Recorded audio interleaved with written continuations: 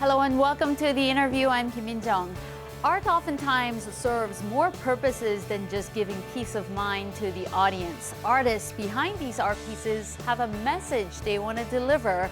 On today's interview, we'll be sitting down with an artist who has been creating a wind of change.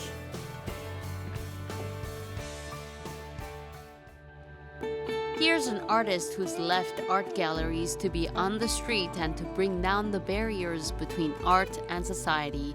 As his colleagues call him, Lee Mok-sang really is a people's artist. His works are full of social critique, which even the most repressive regimes couldn't crush, and he has always been on the people's side with his art. What made him the artist that he is today was his experience as a young artist. During the 1970s, Korea had a dictatorship. In the following 1980s, citizens rose to demand democracy. Im, living through such turbulent times, then discovered the need to act. This spirit of resistance carried on to the 2006 candlelight protests in Seoul, seeing Im becoming one with citizens through his art. He has presented public art as a kind of art which finds way into the lives of ordinary people, unlike a lot of contemporary art that may be too difficult. Im also recently opened a solo exhibition in Hong Kong with the theme 흙, or soil, something that has long inspired Im. As he embarks now on yet another transformation as an artist, the interview meets with painter Lee Mok-sang this week to share his story.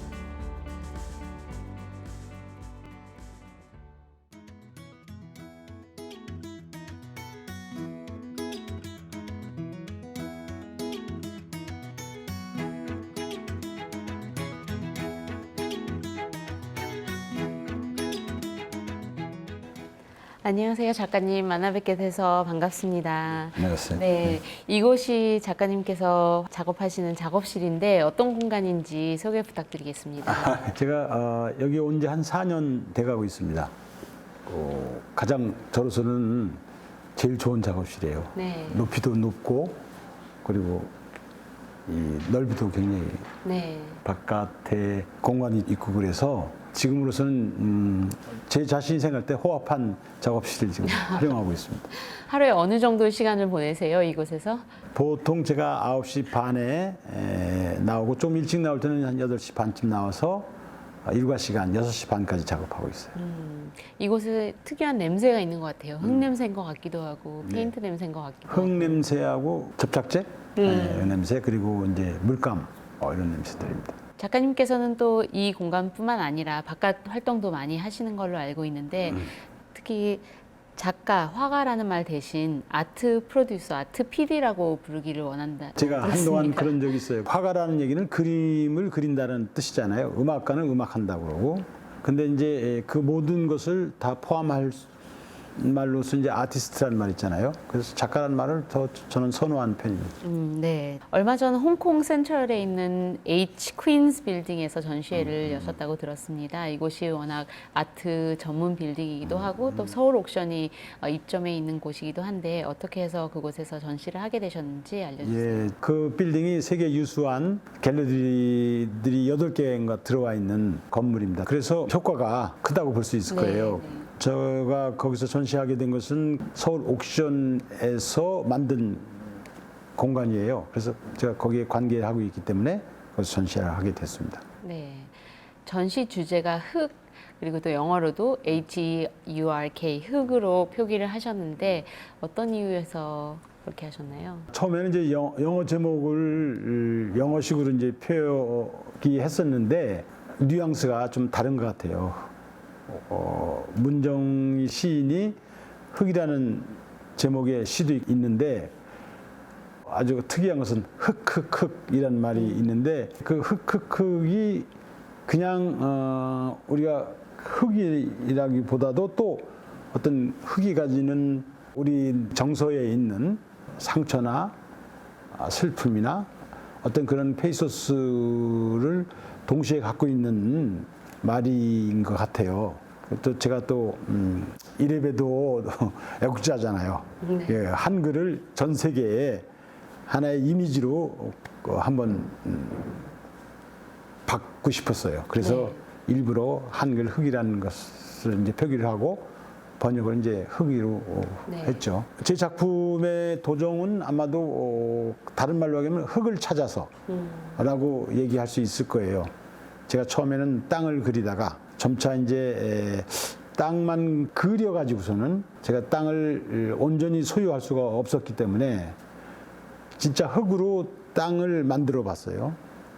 그리고 그걸 이제 종이로 떠내서 진짜 흙처럼 보이게도 해보고 그랬는데 여전히 흙이 아니잖아요. 흙이 가지는 그 느낌이 뭐 저로서는 한 10분의 1도 표현이 안 된 것 같아가지고 계속 이제 흙을 어떻게 하면 그림의 마지막으로 놔둘 수 있을까. 그런 것을 찾아서 지금까지 제가 작업을 해왔고 그 결과가 이번에 이렇게 나왔다고 볼 수 있습니다. 네, 좀 반응이 어땠나요? 예, 저도 홍콩에서 개인전은 처음이라서 매우 좀 불안했죠. 근데 의외로 오프닝 날 사람들이 굉장히 많이 왔어요. 그 주최 측에서도 굉장히 놀라더라고요. 근데 많이 온 것이 중요한 것이 아니라 제가 거기서 1시간 남짓 간담회를 했는데 반응이 아주 뜨거웠어요. 그래서 질문도 아주 수준 높은 질문도 나오고 사람들이 이제 잘 모르잖아요. 한국의 그 근현대사를. 근현대사에 대한 얘기를 할 때도 아주 진지하게 들었고 근데 이제 이번 홍콩 전시에서는 제가 여기 보시는 것처럼 작품을 좀 바꿨어요. 이번에 작품전의 그 핵심이 자유입니다. 자유.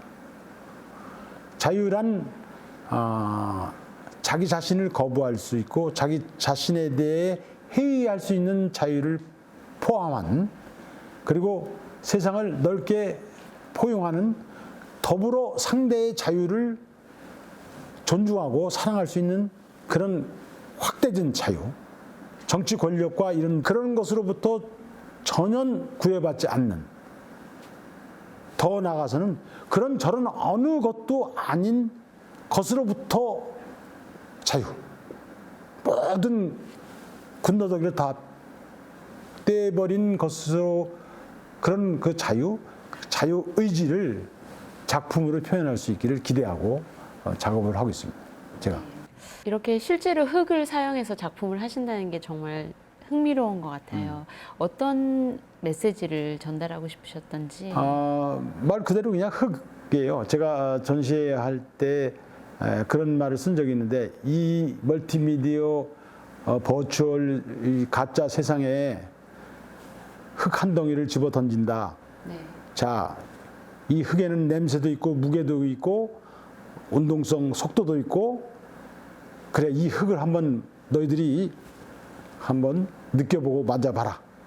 그런 메시지를 제가 던진 적이 있거든요. 바로 그겁니다. 우리가 도시에 살면서 점차 이제 문명이라는 이름으로 흙으로부터 자꾸 멀어지는 것으로 지금 그 향배가 거의 결정되다시피 했는데 저는 그거야말로 문명이 아니고 오히려 야만으로 가는 것이다 이렇게 생각하고 있고 올바른 문명은 생명과 연민과 그리고 사랑이 같이 동시에 가야 올바른 문명인데 이 문명은 그런 모든 것을 자꾸 빼버리고 어떻게 보면 영상이나 다른 매체로 그걸 치환하면서 사고팔구 하는 쪽으로만 가고 있기 때문에 저는 진짜 흙을 던지고 싶은 겁니다. 네, 깊은 뜻이 있는지 몰랐습니다.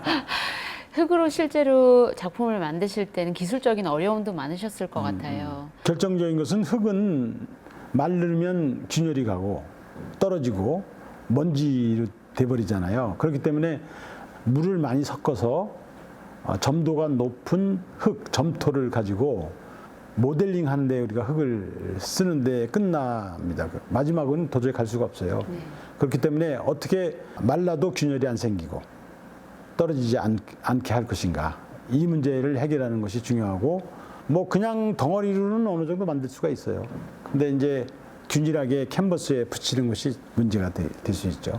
얼마만큼의 연구를 하셨는지. 얼마만큼 연구라고 뭐 딱히 그건 없고 이렇게 되게 하기 위해서 계속 실험하고 시도하고 그랬습니다. 본격적으로 시작한 것은 제가 96, 7년도에 네. 본격적으로 진짜 흙을 마지막으로 써야겠다고 했는데 그뭐 다 계속 실패하고 네. 2011년도에 부분적으로 성공하고 2017년도에 제가 이제 완벽하게 제 나름 네. 해결점을 찾았습니다. 20년 동안 연구를 하셔서 성공을 하셨네요. 선호하시는 흙의 종류나 또 어떤 지역이 따로 있으신가요? 그건 없고요. 이게 흙은 적당한 그 모래질과 이게 점토성이 같이 있어야 되고, 그리고 이제 흙이 갈라지지 않으려면은 섬유질이 아주 고도의 기술적으로 이것을 해결을 해야 됩니다. 섬유를 집어넣어 가지고 그것이 이제 기본이 되면 그 다음부터는 뭐 이런저런 흙을 섞을 수가 있고 거기에 약간의 물감을 넣을 수도 있고 또 이게 흙으로만 하면 무겁기 때문에 종이 펄프를 많이 섞어요. 그러면 네. 훨씬 가벼워지면서도 또 종이 펄프가 섬유질이니까 이 균열을 막는 데도 도움을 많이 줍니다. 네. 또 흙뿐만 아니라 선생님께서는 물, 불, 또 철 이런 자연적인 재료들을 가지고 많이 작품을 하신다고 알고 있습니다. 이런 자연에서 얻은 소재들이 선생님의 어떤 작품 세계에 어떤 연관이 있다고 보세요? 처음에는 제가 이 소위 서양화, 유화를 중심으로 한 그림을 했었는데 그림이라는 것은 이미지를 이제 만드는 건데 이미지를 이렇게 만드는 것, 뭐뭐처럼 보이게 한다는 것이 가지는 한계가 저는 자꾸 그게 뭔가 덜 한 것 같아. 그러다 보니까 이제 뭐 행동도 하게 되고 행동도 하면서 이제 재료의 폭을 넓히는 기회가 되면서 재료라는 것이 결국 예술가에게 있어서는 그만큼의 세계를 넓히는 것이 있구나 하는 것을 제 스스로 체험하게 됐어요. 예를 들어서 제가 매앙리에 미국은 폭격장 50년 동안 했던 그곳에서 주운 폭탄 파편을 모양을 만들려면은 뭔가 이렇게 해야 될 거 아니겠어요. 네. 그러다 보니까 자연히 용접을 하지 않을 수가 없고 용접을 하면서 쇠에 대한 그 상상을 하다 보니까 쇠를 통해서 세상이 확장되는 거예요. 그러고 보니까 쇠가 아닌 것이 없는 거예요, 세상이. 네. 그래서 제가 전시할 때 철기 시대라는 말을 썼거든요. 네. 아직도 인류는 철기 시대에 머무르는 것이 아니냐 이런 느낌을 받았는데 하여튼 쇠를 다루게 되면서 친구가 되면서 해방되는 느낌? 그런 네. 느낌을 받았습니다. 네. 제가 쇠를 발견한 것은 저한테는 굉장히 중요한 하나의 계기가 됐습니다. 네. 이렇게 다양한 소재도 사용하시지만 또 다양한 대상을 작품으로 표현을 하셨어요. 끌어들여서, 네. 예, 오바마, 힐러리 클린턴, 그리고 김정은 위원장, 그리고 또 다양한 전직 대통령들도 이렇게 작품으로 표현을 하셨는데 그 작업을 하게 된 것은 2016년일 거예요 아마. 박근혜 대통령이 전국 그 노동자 농민 대회를 할 경우에 가면이나 이런 걸 쓰고 나오는 경우가 많은데 요즘 그런 사람들을 전부 IS로 취급하겠다. 그래서 엄벌에 취하겠다라고 무서운 표정으로 얘기한 적이 있었거든요. 그 말을 하고 나서 일주일 후에 농민 노동자 대회가 있으니까 일주일 동안에 그걸 만들어야 되잖아요. 네. 그거 빨리 만들어야 되는데 여기 빨리 만드는 방법은 그거밖에 없다. 화가나 이제 조각가들이 안 쓰기 싫어하는 재료가 있는데 그 중에 하나가 건축의 그 어떤 틈새 같은 거 메꾸고 그러는데 많이 쓰는 그러니까 재료치고는 지구력도 없고 하여튼 좋아하지 않는 재료거든요. 네. 근데 그것은 속도감이 있어요. 빨리빨리 굽고 또 이렇게 잘 잘라지고 뭐 이렇게 손 보기에 쉬워가지고 접착력도 강하고 그래서 그걸 써서 2m가 넘는 박근혜 가면을 제가 만들어가지고 나와서 시위를 했어요. 그래, 내가 가면을 이렇게 쓰고 나왔으니까 나를 어떻게 엄벌에 처해봐라. 시위 현장에 갔는데 인기가 좋았죠, 사람들한테.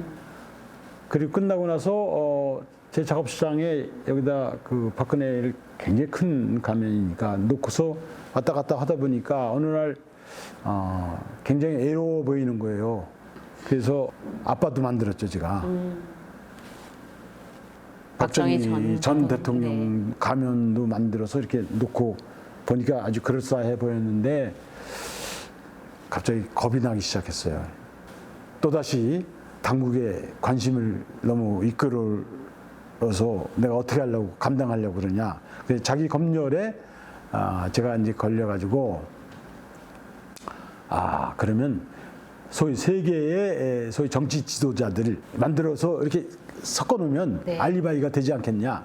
그래가지고 노무현 대통령도 만들고 김대중 대통령도 만들고 뭐 김정은, 김일성, 트럼프까지 정치 지도자들을 만들어서 전시를 했던 겁니다. 이런 지도자상뿐만 아니라 자화상을 또 만드신 적도 있어요. 자화상들은 화가라면 거의 안 그린 사람이 없을 거예요. 사실 화가라는 것은 매우 애롭고 좀 뭐 그런 존재들이잖아요. 그러니까 그림을 그리다가 어느 날 자기 얼굴을 쳐다보게 되면 해안이 많을 수밖에 없죠. 그러면 이제 그걸 메꾸려고 하는 그 심리적인 그런 기제 때문에 자화상들을 많이 이제 그리거나 만들거나 하게 됩니다. 자화상을 그리시면서 또 거울을 보시면서 어떤 마음이 드셨는지? 매번 다르죠. 제가 매우 힘들었던 때는 이제 당국의 부름을 받고 저를 단죄를 하겠다라는 그 압력이 계속 몰려온 때가 있었어요. 81년도, 2년도 이런 때인데 그때 진짜 삼엄할 때였었죠.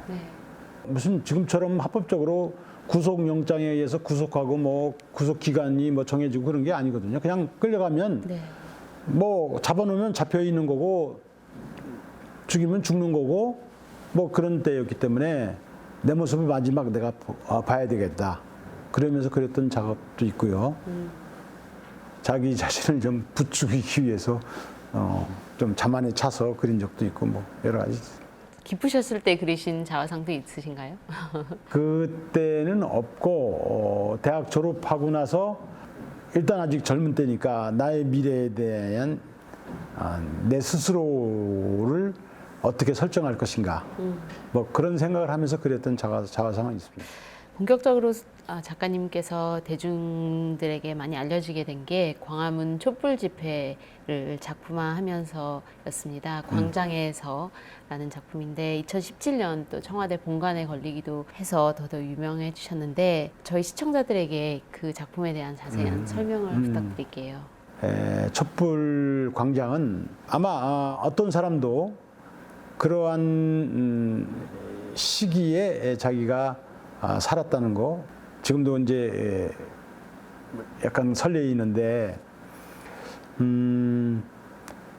그때는 뭐 제가 작업을 한다고 작품을 했다기보다도 뭐 신들린 듯이 일주일에 한 번씩 나가서 시위도 하고 사람들과 어울리고 뭐 그랬었는데 광장에서의 작품은 처음에는 생각을 못했던 거였었어요.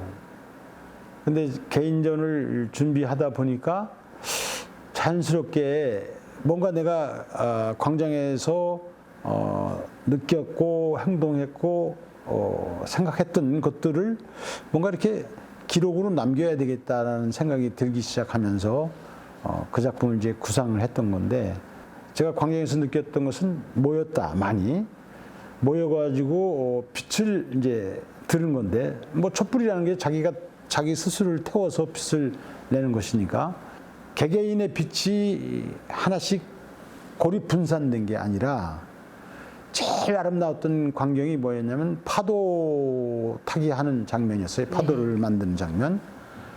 그 파도의 물결을 제가 거기에 담고 싶었습니다. 그리고 또 이것도 역시 흙으로 했다는 점에 저는 의미를 두고 있습니다. 네.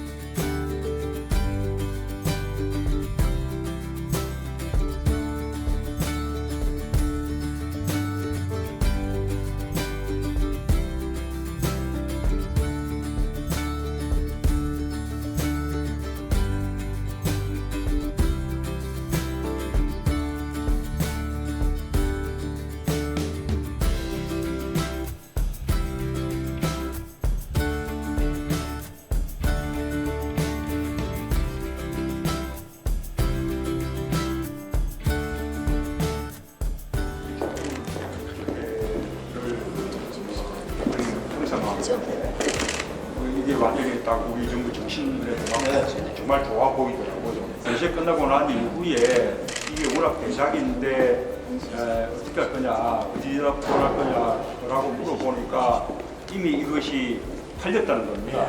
그런데 이제 구입한 사람도 당장 전시할 곳이 없어서 그냥 창고에 보관할 계획이라고. 그래서 그런 것 같으면 우리가 빌려서 볼 수 있냐고 물어봤더니 그 사람이 흔쾌히 하고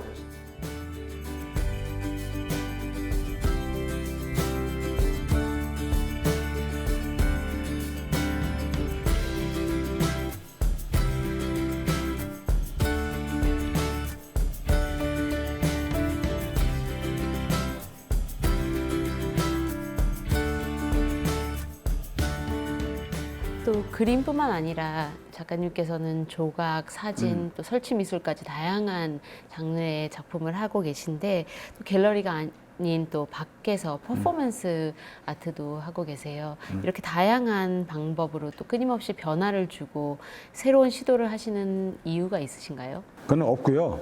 그냥 뭐 닥치는 대로 하는 거예요. 인생이라는 것은 예정된 것이 거의 없다고 저는 보고 있고 네. 흘러가는 건데 흘러갈 때마다 시의적절하게 내 몸을 던지는 거죠. 거기에 맞서 바람이 세게 불 때는 그 바람을 세게 부는 것에 반응하는 거 아니겠어요? 머리카락이 막 흔들리는데 그런 머리카락을 뭐 하듯이 제가 뭐 예술가라고 해서 예술도 저는 그런 거라고 생각해요. 모든 사람들이 생활하고 살아가는 데서 일어나는 반응, 자기 자신을 만들어 가듯이 예술도 뭐 그런 거라고 생각하고 뭐 이런 우리나라처럼 정치 격변기에 작가로서 이런저런 방식으로 대응하는 것은 당연하다. 그래서 어떤 때는 뭐 비를 들어서 바닥을 쓸기도 하고 어떤 때는 삽을 들어서 땅을 파기도 하고 어떤 때는 좀 카메라로 이걸 좀 찍어줘야 되겠다 하고 뭐 이런 거죠. 뭐 별 특별한 의미가 있는 거 아닙니다. 어떤 장르의 아트를 하실 때 그래도 조금 더 설레시고 현장에 갔을 때가 훨씬 더 힘이 솟고 긴장하게 되고 자기도 모르게 그리고 이제 이 작업실에 들어와서 작업할 때는 아무래도 이제 정리를 하겠죠. 마음이 이제 이렇게 정리가 되고 안정되니까 좀 더 깊이 있게 이거저거를 이제 종합화시키고 가다듬고 그렇게 되겠죠. 또 반대로 거리에서 대중들 앞에서 퍼포먼스를 하실 때는 어떤 생각이 드세요? 퍼포먼스를 하는 저의 목표는 지금 뭐 저의 예술관이랄까 그런 것이 있다면 사람들을 구경꾼으로 만드는 일은 절대 하지 말아라. 사람들에게 박수를 받기 위해서 작업하지 말아라.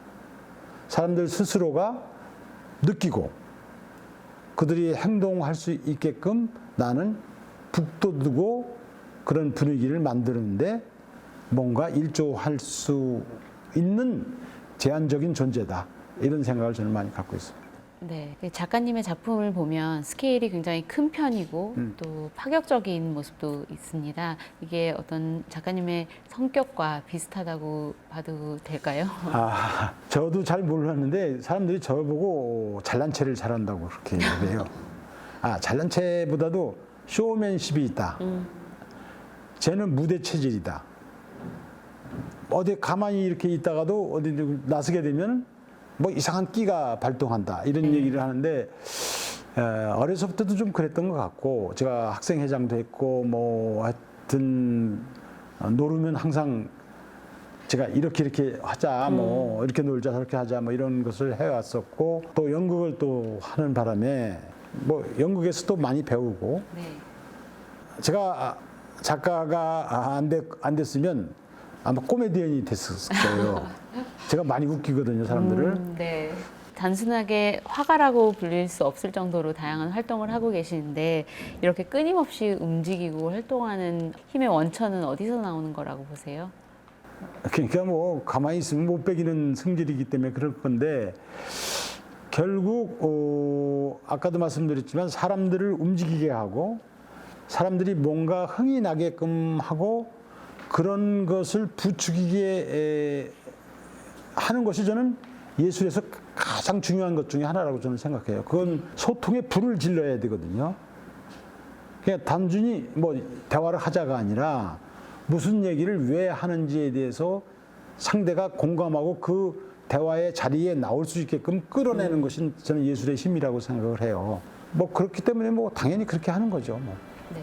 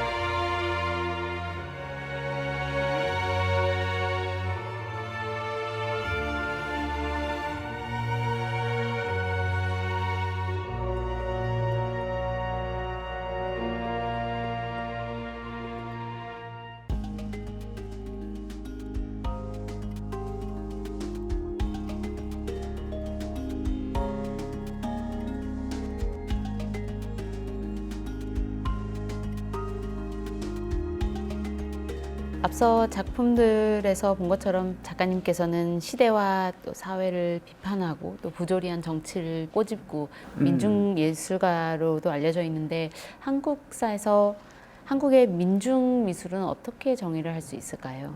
왜 85년도에 전두환 정권의 말기 현상이 계속 드러나기 시작했거든요. 왜냐하면 총칼로 이제 권력을 유지하려다 보니까 여기저기서 이제 소위 약점이 드러나고 이 비민주적이고 권위주의의 도전장이 날려 들어오니까 자연히 정부에서도 대처를 할 수밖에 없잖아요. 근데 이 사람들이 이 대처 방식이 뭐였냐면 민중으로 묶는 거였어요. 전 세계적으로 민중 사관이랄까 민중에 대한 관심들이 막 일어날 때였어요. 한국에서도 물론 그랬었고 저기 이상한 그림들이 나타났는데 저것을 어떻게 처리할까 이렇게 하다가 이 사람들이 민중 이데올로기를 가진 집단들 그래서 이 사람들에게 너 민중이지 그래서 민중 미술이라고 우리를 붙여줬어요. 네. 그 처음에는 민중? 민중이라니. 가만히 보니까 멋있잖아요. 그래, 우리 민중학교 그러면. 그래서 저희들이 이제 민중미술이 됐고 민중미술가가 됐는데 저희가 이제 대학 다닐 때 71년도에 이제 유신헌법이 박정희가 선포했잖아요. 서울법대가 저희 미술대학 앞에 있었어요. 네. 서울법대생들은 계속 데모하고 붙잡혀가고 막 그런데 저희 미술대학에서는 이 젊은 날에 사회 정의를 위해서 예술이라는 것을 한다고 아무 일도 못하는 자기 스스로 식물인간 같은 컴플렉스를 갖고 대학을 다녔거든요. 그때 당시의 분위기가 그러한 독재 체제에서 그래도 한 발이라도 더 나가기 위해서는 민주화 운동에 우리가 열심히 나서야 되겠다. 미술이라는 고상한 거기에 머물리지 말고 미술이 아니어도 좋으니까 우리는 민중의 편에 서서 다르게 얘기하면 민주의 편에 서서 우리가 가지고 있는 역량을 발휘해야 되겠다. 이래서 이제 그런 생각을 그림으로 그리던 사람들이 모이기 시작해가지고 그것이 민중미술 집단이 됐죠. 그러니까 제가 민중미술을 시작한 게 아니라 다른 작가들도 마찬가지로 자기 스스로 단색화는 최소한 아니다. 뭔가 나는 나를 표현해야 되겠다. 그것이 뭐 사회에 대한 표현이든 정치에 대한 표현이든 세상살이에 대한 것이든 뭔가 나는 표현을 할 수밖에 없다. 이거야말로 예술의 첫 출발이잖아요. 또 1980년대 군사 독재 시절에는 그림에 빨간색이 많다는 이유로 또 북한을 찬양하는 네, 그런 오해도 받으셨다고 들었습니다. 아니, 오해가 아니라 네. 이게 당국에서 얘들을 이게 아주 불온한 이것들을 그냥 놔두면 안 되겠는데 얘들을 손을 봐야 되겠잖아요. 손을 어떻게 볼 것인가? 체제를 비판했다? 그럼 자기들 체제가 독재 체제니까 비판에 마땅한 거 아니겠어요? 국민들이 인정을 안 하잖아. 국민들을 설득을 시켜야 되는데 그래서 색깔로 묶은 겁니다. 색깔로. 빨간색을 많이 썼다. 자생적 공산주의자. 체제 불인정자들로 불온한 작가의 집단에서 제 작품들 중에 빨간색을 넣고 묶어서 저를 이제 네. 빨갱이로 이제 찝은 거죠. 저희는. 이렇게 민중미술가로서 정치적으로 핍박도 많이 받으시고 오해도 받으시고 한데 민중미술을 선택함으로써 오는 어려움 때문에 후회하신 적은 없으셨나요? 그때는 최소한도 민중미술을 함으로써 사람들한테 굉장히 많은 박수를 받았어요. 제 주위는 또 역시 뭐 그런 사람들이기도 하지만 그때 당시만 하더라도 전두환 체제나 노태우 체제가 바람직한 우리의 사회 정치 체제라고 생각한 사람은 거의 없었거든요. 이렇게 탄압을 받다가 오늘날 이런 청와대에 또 작품이 걸렸을 때 기분이 묘하셨을 것 같아요. 묘했죠. 제가 기분이... 청와대 작품을 걸 생각으로 작품을 하지도 않았을 뿐더러 또 이게 양면이 있잖아요. 청와대 작품이 걸렸다라는 것은 혹시나 전 친정부 작가로 분류할 수 있는 빌미를 주는 거잖아요. 그런 것이 작가에게 도움이 된다는 것은 거의 없어요. 네. 청와대에서 작품 산 것도 아니에요. 그 아주 싼 값으로 빌린 거니까. 네.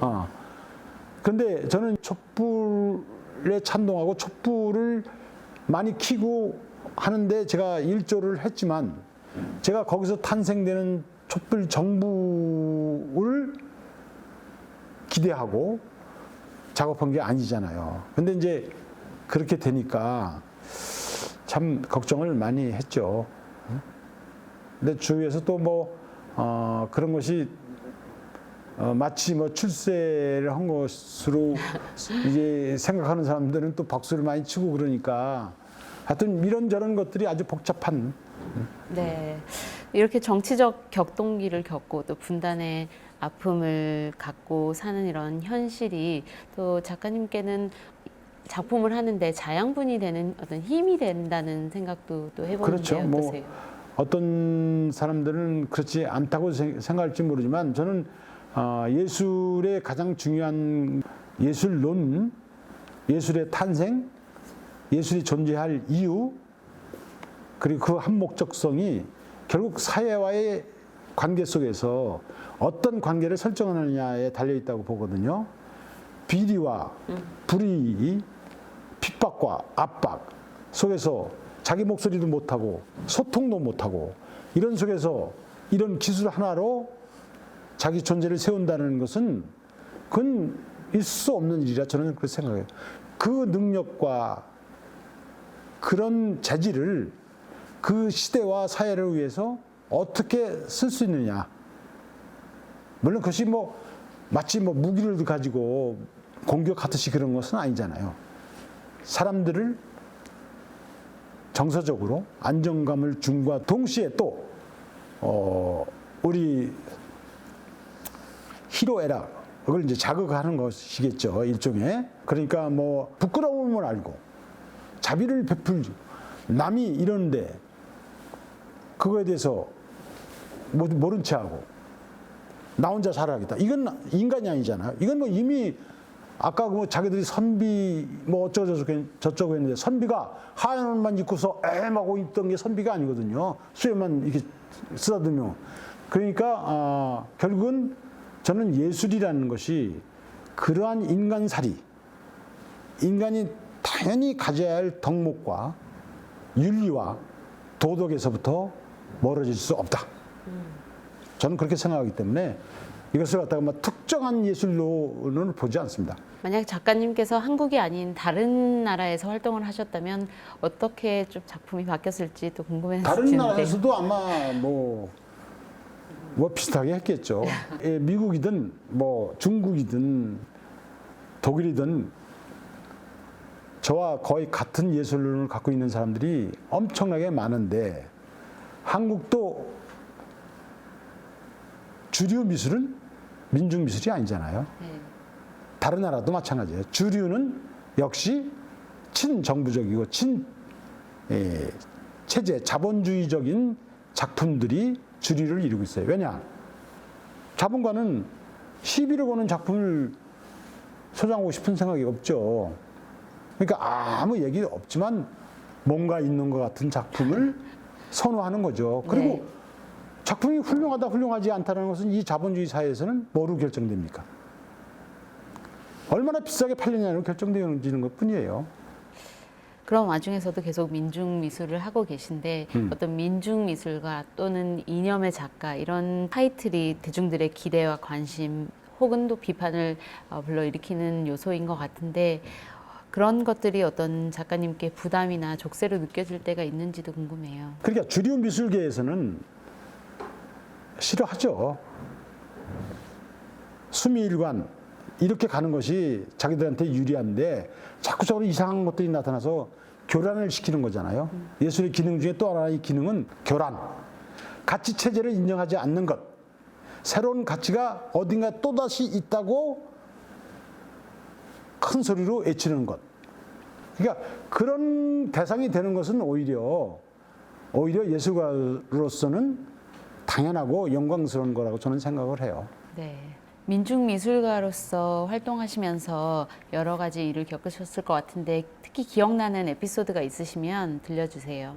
제가 이제 민중미술가이기 때문에 그냥 뭐든지 그런 쪽으로 이제 보는 거예요. 포옹을 남녀가 하는 장면을 제가 작업을 했는데 어떤 분이 탁 오셔서 드디어 남북이 만났군요. 이렇게 얘기하는 거예요. 네네. 그러니까 이게 뭘 해도 그런 쪽으로 그냥 그러니까 나를 포장을 딱 해놓고 너는 거기서 그렇게밖에 는 보이지 않는다 이런 식. 예전 이력을 또 보면 학교에서 학생들을 가르치시기도 하셨어요. 어떤 선생님이었을지. 아주 위험하고 안 좋은 선생이었죠. 네, 왜 학교를 떠나시게 되셨어요? 바로 이제 그런 이유 때문에 이제 떠났는데 제가 프랑스 유학을 2년 마치고 들어왔을 때가 86년도인데 그때는 이제 뭐 전두환 체제가 아주 엄청난 도전을 받는 시대였거든요. 그 민주화 운동이 엄청나게 일어날 때였었죠. 그러니까 자연스럽게 제가 이제 강의를 열심히 해야 되는데 학생들은 뭐 데모하고, 그리고 또 이제 교수들은 대부분은 아니지만 이 민주주의를 어떻게 우리가 앞당길 것이냐라고 해서 이제 자꾸 회의하고 막 연대하고 그러다 보니까 교수도 아니고 또 화가도 아닌 거예요. 너무 바삐 돌아다닌다 보니까. 그러다가 이제 이렇게 가는 것은 교수로서 이건 말이 안 된다. 교수의 녹을 먹을 수 없다. 그래서 이제 나온 겁니다. 전업 작가가 되기 위해서.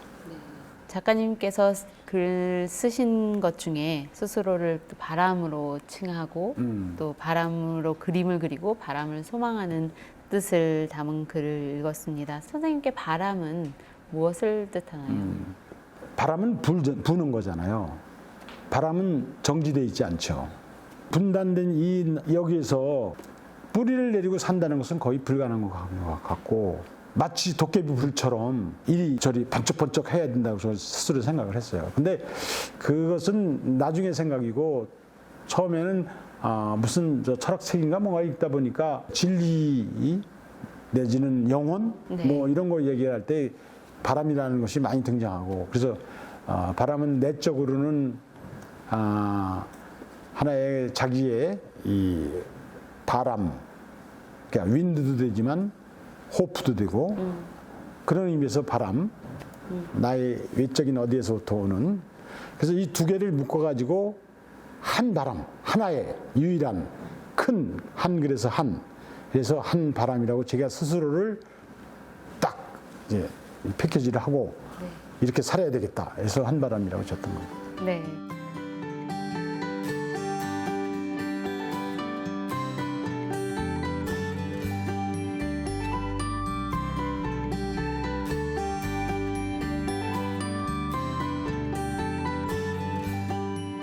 예전보다 많이 나아지긴 했지만 아직도 우리에게 예술은 좀 멀고 또 어렵게 느껴지는 점이 많은데, 예술을 하시는 분으로서 이 점에 굉장히 많이 공감을 하신다고 들었습니다. 저는 요즘 들어서는 생활예술이라는 말을 많이 쓰고 싶어요. 그러니까 예술을 어떤 장르화시키고 특화시키면 특화시킬수록 그것이 이제 우리는 프로페셔널이라고 하잖아요. 프로가 되면 될수록 그것은 일반 대중들에서는 점점 멀어지는 거 아니겠어요. 그냥 접하기도, 구경 가기도 어렵고, 내가 사고 뭐 그것을 가까이 두기는 더 말할 수 없이 어려워지고, 그리고 자꾸 이제 특화되면 특화될수록 내가 아는 범위를 자꾸 벗어나잖아요. 다르게 얘기하면 저는 균형, 긴장 관계를 어떻게 유지할 것이냐라는 것이 저는 굉장히 중요하다고 봐요. 제가 뭐 그냥 화가인데 그림 그리는 훈련도 안 하고 그것도 안 하면서 뭐 그냥 일반적인 누구나 할 수 있는 것이 예술이야 뭐 이런 식으로 한다면 그것은 아무것도 아닌 것이 되잖아요. 어떻게 연말을 하고 공부를 하고 노력을 하면서도 대중과의 소통을 위해서는 어떻게 해야 되느냐라는 이 균형 감각을 갖는 것이 굉장히 중요하다고 그렇게 생각하고, 프로의 세계에 우리가 빠지지 않으려면은 프로들이 맘대로 장난치는 것을 우리가 그냥 놔두지 않을 만한 어떤 것을 우리가 가져야 되잖아요. 그런 점에서는 대중들도 공부를 해야 된다고 생각해요. 노력을 해야 된다. 네.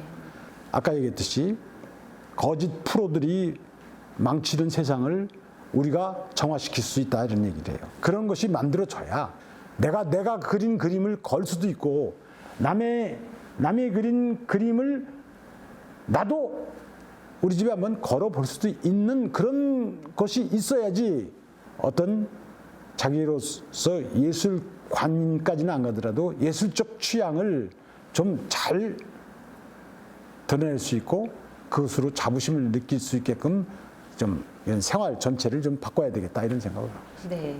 작가님께서 구상하시는 공공미술, 예술의 대중화, 또 공공미술은 어떤 모습인가요?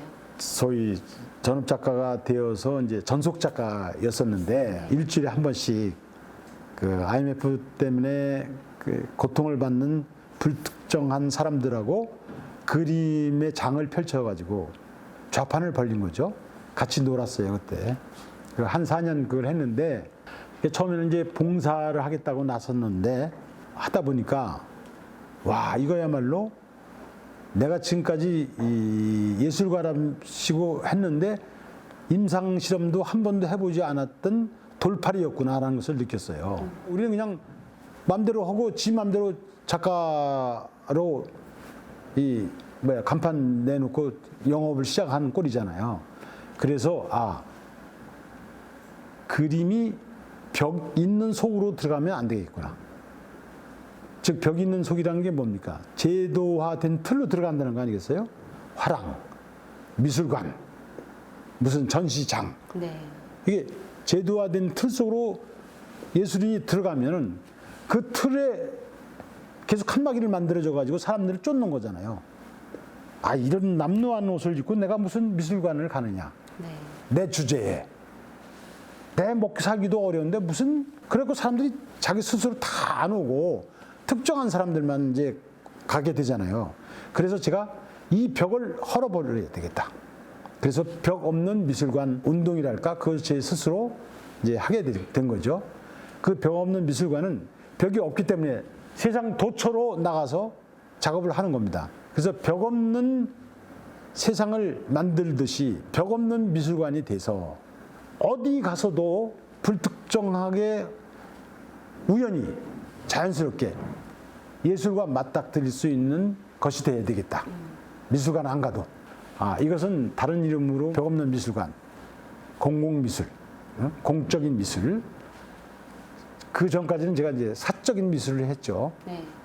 근데 이제 공적인 미술로 방향을 제가 전환하는 계기가 됐던 겁니다. 그게. 네. 작가님께서 화랑과도 작업을 하셨고, 또 제가 알기론 작가님의 작품들이 또 상업적인 가치가 꽤 높은 걸로 알고 있습니다. 작가님께서 평소에 자본주의에 대한 비판적인 시각을 가지고 계시는 점에 입각하여서 그래도 또 내 작품이 조금 더 좋은 대접을 받았으면 좋겠다 이런 욕심도 있으신지. 당연하죠, 그거야. 네. 그렇게 네가 그런 식으로 얘기하면서 너는 왜 작품 비싼 가격으로 파느냐? 넌 결국 네가 자본주의를 거의 몹쓸 어떤 제도다라고 얘기하는 것 같으면서도 너는 자본주의에서 벗어나지 못하고 있지 않느냐, 이런 얘기들을 하잖아요. 그 얘기가 또 뭐 틀린 말은 아니라고 생각을 해요. 그렇지만 사람은 어쨌든 사회적 존재이기 때문에 그 자기 혼자 그것을 어떻게 할 수는 없는 거예요. 자본주의를 비판한다고 해서 작품을 팔지도 않고 그럼 이거 죽으라는 얘기예요? 죽으라는 건 말이 안 되잖아요. 네. 그런 것을 혼돈하면 안 된다. 자본을 확실하게 비판할 때는 비판하면서도 자본이 가지는 이런 여러 가지를 역활용하고 그것을 재설정하고 하는 노력은 계속해야 된다. 한국 미술계에 대해서 이야기해 보도록 하겠습니다. 단색화 등 이제 해외에서 많은 주목을 받고 있긴 하지만 또 한국 미술이 가야 할 길이 남은 것 같습니다. 우리나라 미술계가 좀 더 성장하려면 어떤 점이 더 보완이 돼야 된다고 생각하세요? 미술계 자체의 문제라기보다도 한국 미술의 앞으로의 그 성장 이 가능성이라든가 세계 시장에서의 관심이라든가 또 시장 말고도 많은 사람들이 미적인 측면에서의 관심, 미술의 관심은 굉장히 높고 피부로 느낄 정도거든요. 제가 이번에 홍콩 전시에서도 그런 걸 참 많이 느꼈어요. 굉장히 관심들이 많고 좋아하고, 그런데 경제 수준이 우리가 10위권 전후에 이제 위치해 있는데 실제 미술계에 투여되는 자본이랄까 이런 것들은 거의 10분의 1 정도거든요. 다른 얘기로 하면 사회 전체에서 미술에 대한 그릇된 인식이랄까 이것이 아주 그 잘못 박혀져 있어요. 미술은 사치다. 저것은 재벌이나 자본가들이 돈 세탁하고 그리고 권력과 뭐 이런 것을 이제 교환하는데 잡히지 않는 어떤 것으로 활용되는 것들이다. 네. 그러니까 나랑은 아무 관계가 없는 것이다 라는 것이 돼버렸어요. 작가님께서는 또 우리 문화의 하나인 한글에 대한 애정이 남다르다고 들었습니다. 이 문자를 또 작품화하기도 하셨다고 들었는데 이 사고 체제가 결국은 자기가 쓰고 있는 언어로 사고 체제가 만들어지는 거니까 그 뭐 특별하게 애정을 갖고 있다 뭐 이런 건 아니고 당연한 거라고 저는 생각을 하고 네. 단지 이제 글씨 쓰는 방식이 매우 중요하다고 저는 생각을 했는데 이제 바뀌었잖아요. 뭐 연필 쓰다가 볼펜 쓰다가 뭐 그다음에 컴퓨터 자막 두들기고 있잖아요. 이런 속에서는 이게 손의 감각이라는 건 결국 내 감성의 감각을 잊어버리는 거예요. 그래서 제가 이 감각을 잊어버리지 말아야 된다라고 이미 대학 다닐 때부터 생각을 하고 꼭 작업 노트나 특별하지 않으면은 뭐 할 수 없을 경우를 제외하고는 붓으로 글씨를 쓴다. 네. 제가 갖고 다니는 이 필기도구도 붓으로 돼 있어요. 아, 네. 그래서 항상 글씨 쓰거든요. 그건 이제 스케치하기도 좋고. 그러다 보니까 이제 글씨체가 배우지는 않았지만 비슷하게 이제 만들어져 가지고 그것으로 사람들이 너무나 안 쓰니까 상대적으로 글씨를 잘 쓴다고 그렇게 돼버렸어요. 작가님께서는 예술가로서 남다른 의무감 또 책임감을 느끼시는 것 같습니다. 또 작가님께서 그리시는 예술가의 미래는 어떤 모습인가요?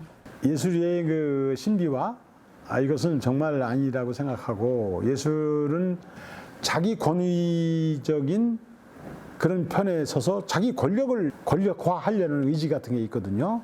이런 것들은 우리가 지양해야 된다고 저는 생각하고 그러기 위해서는 저는 예술이 저작거리로 나가야 된다. 늘 그런 생각을 해요. 제가 저작거리로 내려와서 저들이 어떤 생각을 하고 어떤 삶을 살고 있고 무엇을 느끼고 있는지를 늘 가슴을 열고 그들과 함께 뒹굴면서 작업을 해야 된다.